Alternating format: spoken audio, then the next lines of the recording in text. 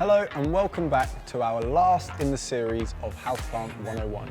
And in this episode, I'm going to be getting my hands stuck into a little project and build my own terrarium.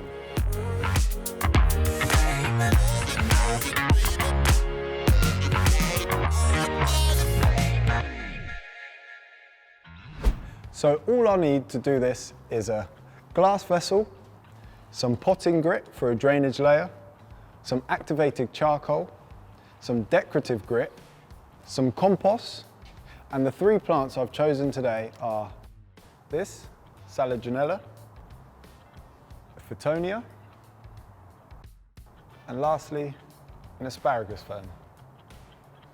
So I've opted for plants that need a higher humidity, so I've gone for a vessel that has a closed lid. First step, I'll need my drainage layer. It's important to add a drainage layer so any excess water isn't making the soil too waterlogged. Next is our layer of activated charcoal. Now charcoal stops any bad bacteria building up in your terrarium and stops fungi growth.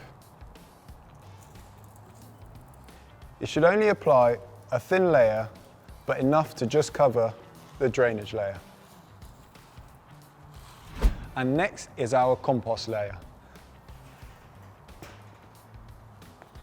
Again, as usual, you should use peat-free, free-draining, multi-purpose compost.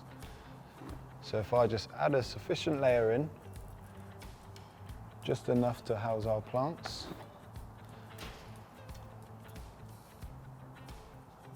I've mixed in a touch of perlite just for that extra drainage, and it doesn't allow your soil to sit too wet. Drainage layer in, activated charcoal in, compost in. Next is choosing where we're going to place our plants. So as our asparagus fern is slightly taller, I'll be placing it near the back. It's important to knock off a bit of the root ball so it sits in your compost layer nice and snug. I tend to use a chopstick whenever I'm dealing with my houseplants. However, you can buy specialist tools to help you do so.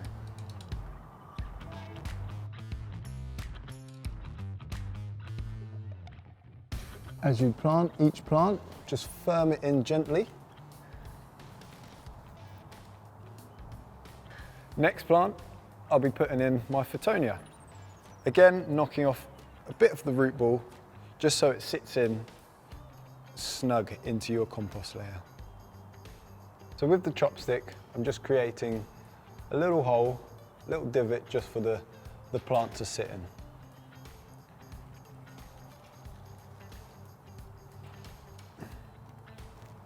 Again, just firming in around the plant as you place it in.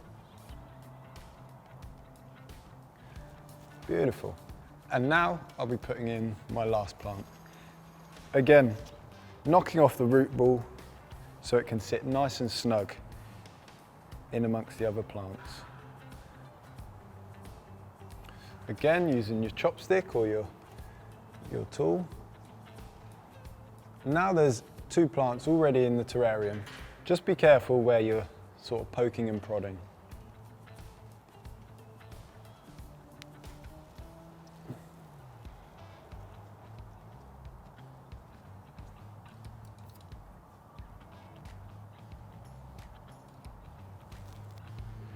Right, now all your plants are in, time to add some decorative grit.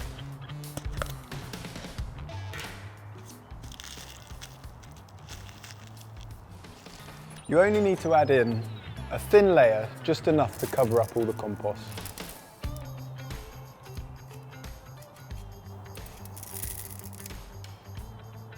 If, like me, your hands are a little bit too fat, you can use your chopstick or your chosen tool just to ease your plants out the way. So now our terrarium's built.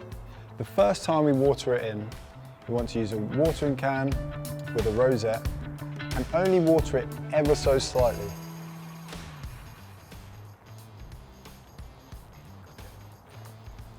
Now the only thing you need to do to maintain your terrarium is mist it once a day, keep the lid on,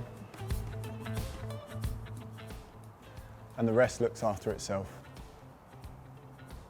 If you've been following along and managed to build your own terrarium, take a photo, tag us in it, and let us know how you got on. See you next series.